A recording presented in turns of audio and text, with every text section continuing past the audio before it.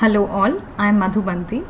I am currently teaching at the National Law School and I have been associated with the activities of the Center for Environmental Law Education Research and Advocacy for the past 3 years. As a part of CEERA and the Department of Justice's joint initiative on Pan-India Legal Literacy and Legal Awareness Program, I would want to share a few details about the Right to Education Act 2009. Now let us look at what right does the Right to Education Act of 2009 guarantee. Now Article 21A of the Indian Constitution provides that the state shall provide free and compulsory education to all children of the ages 6 to 14 years. That is, the Right to Education Act basically tries to fulfill the constitutional right which has been guaranteed under Article 21A. Now, what exactly do we mean by the term free education? When we say free education, we mean that no fee or charges or expenses would have to be paid by the child or his or her parents to access education. The other term here is compulsory education. By compulsory education, the Act basically implies that it is the responsibility of the government to provide education or rather facilities for education for children.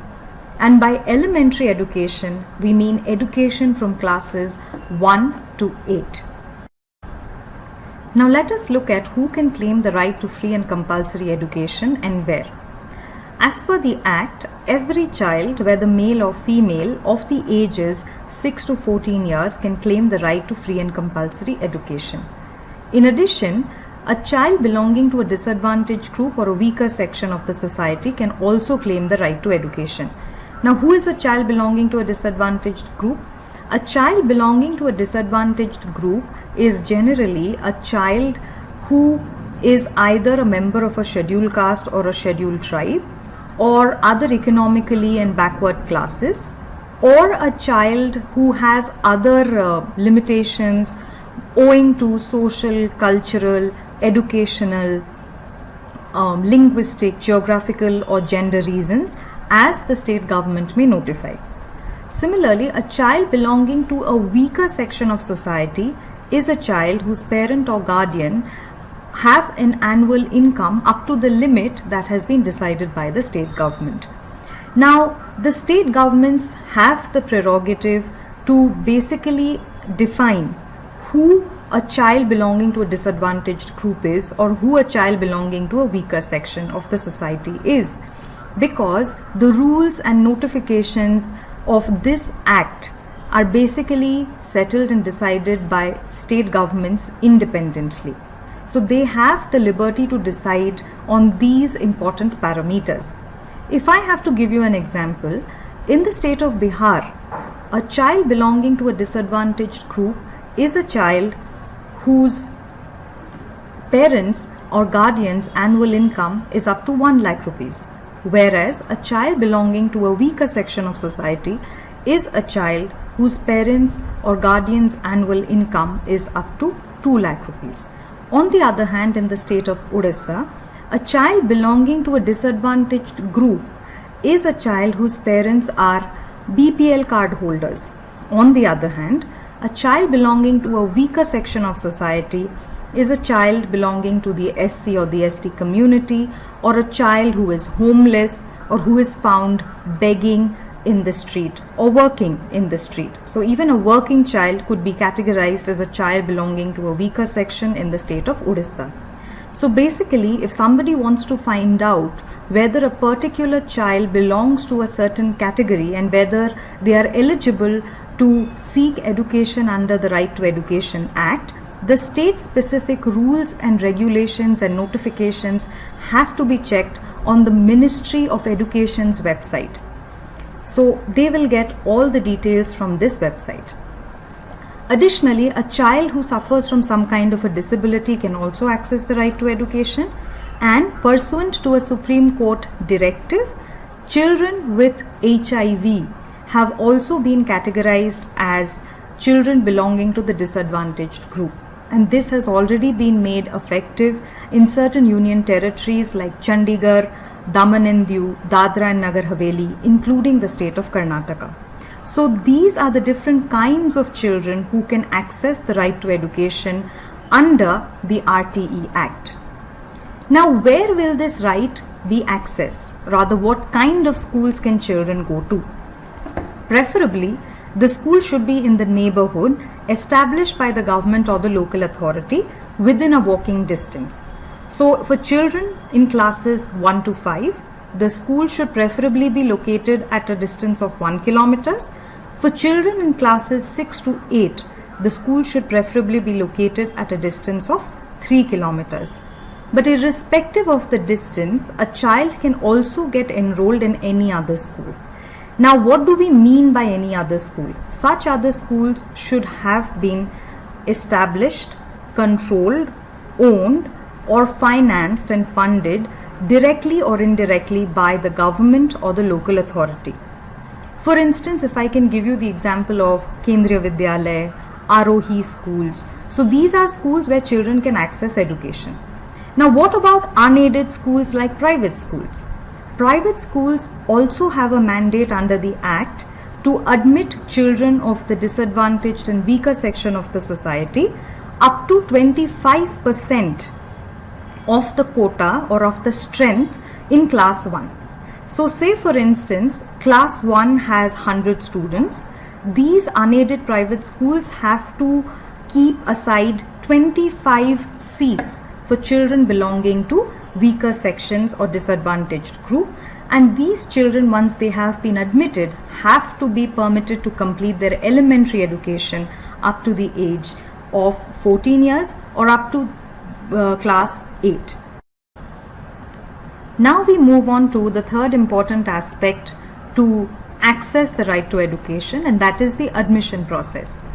Now, the admission process in schools covered under the Right to Education Act differs across state, but from all the different states that we have studied, we find that there are certain common procedures which are followed in most of these states. The first being the filling of the admission form. Now, where can you access this admission form? This admission form can be accessed from the State Education Department's web-based portal, and the parent or the guardian of the child can also move to a neighborhood school which falls under the RTE Act to take the admission form. Now, the admission form generally has information regarding the name of the child, the name of the parent or guardian, age of the child, whether the child suffers from any kind of disability, what is the address, what about the income of the parents, so on and so forth. In addition to the admission form, there are certain identification documents which have to be provided, like the Aadhaar card, the ration card, the birth certificate, income certificate of the parent or guardian, the photograph of the child. But it is important to remember that a child cannot be denied education on the sole ground that the parent or the guardian could not provide a proof of age or say the birth certificate.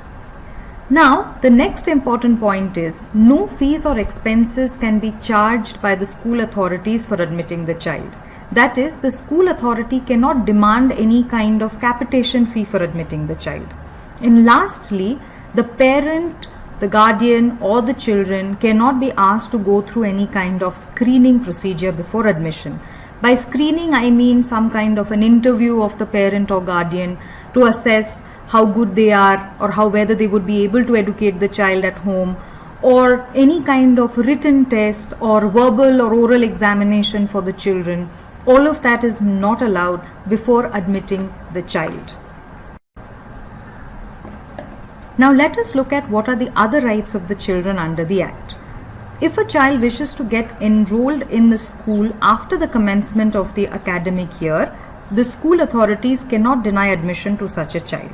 Say for instance, the admission procedure has completed, the classes have already begun, and now there is a child who comes after 1 or 2 months and says, I want to get admitted. The school authorities have to admit such a child. Secondly, there can be no kind of physical punishment or mental harassment that is meted out to the child. Physical harassment or physical punishment can take the form of hitting the child, pulling the child's hair, hitting the child with objects like a chalk or a ruler or a stick, or making the child stand under the sun for several hours.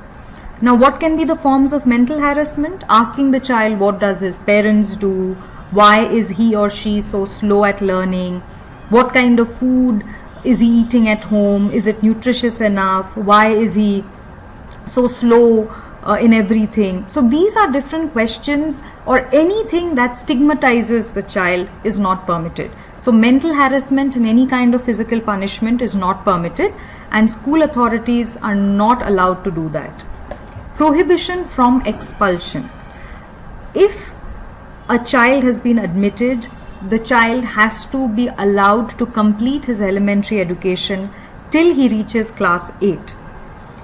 The law also provides for education for dropouts. That is, if there is any child who was admitted at the age of 6 but then dropped out at the age of 8, this child can again seek readmission in a different school or in the same school. And interestingly, the Act says that this child would not have to get admitted in class 1 again. This child, say, who wants to come back to school at the age of 10 would be admitted to class 4 or class 5, which is at par at his age. So that is how a child who is 10-year-old should be studying. The law also says that such children would be given special training and special help if required to bring them at par with their peers. The Act also provides for other facilities. For instance, presently there is a new scheme called the PM Poshan scheme, or the Poshan Nirman scheme, that has been launched by the central government, which says that children in the ages, in classes 1 to 8 would be given one hot cooked meal every day in government and government aided schools. So this scheme basically replaces the midday meal scheme, and it says that all children studying in classes 1 to 8 in government and government aided schools would be given one hot meal every day. So these are the other rights of the children under the Act. Now let us come to the last but very crucial aspect of the Act, and that is grievance redressal. Now, who can have a grievance? A grievance can be raised by a student who is admitted or who has been denied admission. A grievance can be raised by a parent who is not happy with the kind of education that is being imparted, or it could be any other person who feels that there is some problem in the way in which this right is being implemented, or there are other problems that people are facing and they cannot access this right. So it could be any person, need not always be the parent or the child or the guardian of the child. Now, who can be approached if you have a grievance? Now, there are two tiers. First at the local level, and you can also go up to the state or the national level. At the local level, you have the local authority, that is, you have the Gram Panchayat.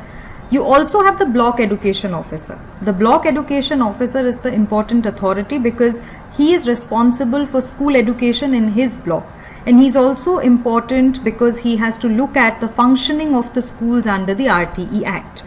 So if you have a grievance, you can actually write a complaint, or rather file a written complaint to the local authority, and the local authority is expected to decide on your complaint within a period of 3 months.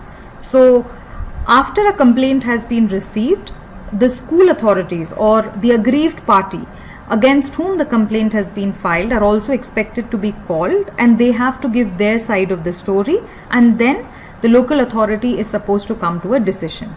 Now, if I am not happy with the decision that has been given by the local authority, whom should I approach? The aggrieved party can again go before the State Commission for Protection of Child Rights, or they can also approach the National Commission for the Protection of Child Rights. In addition to writing to these authorities, you can also file an online complaint on the website that has been provided. They can also be reached out through phone.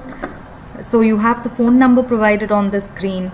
And additionally, there's also Childline India Foundation who work in the field of child rights and child protection. Sometimes even the 1098 number can be dialed and you could ask them for help as to where can we access this right.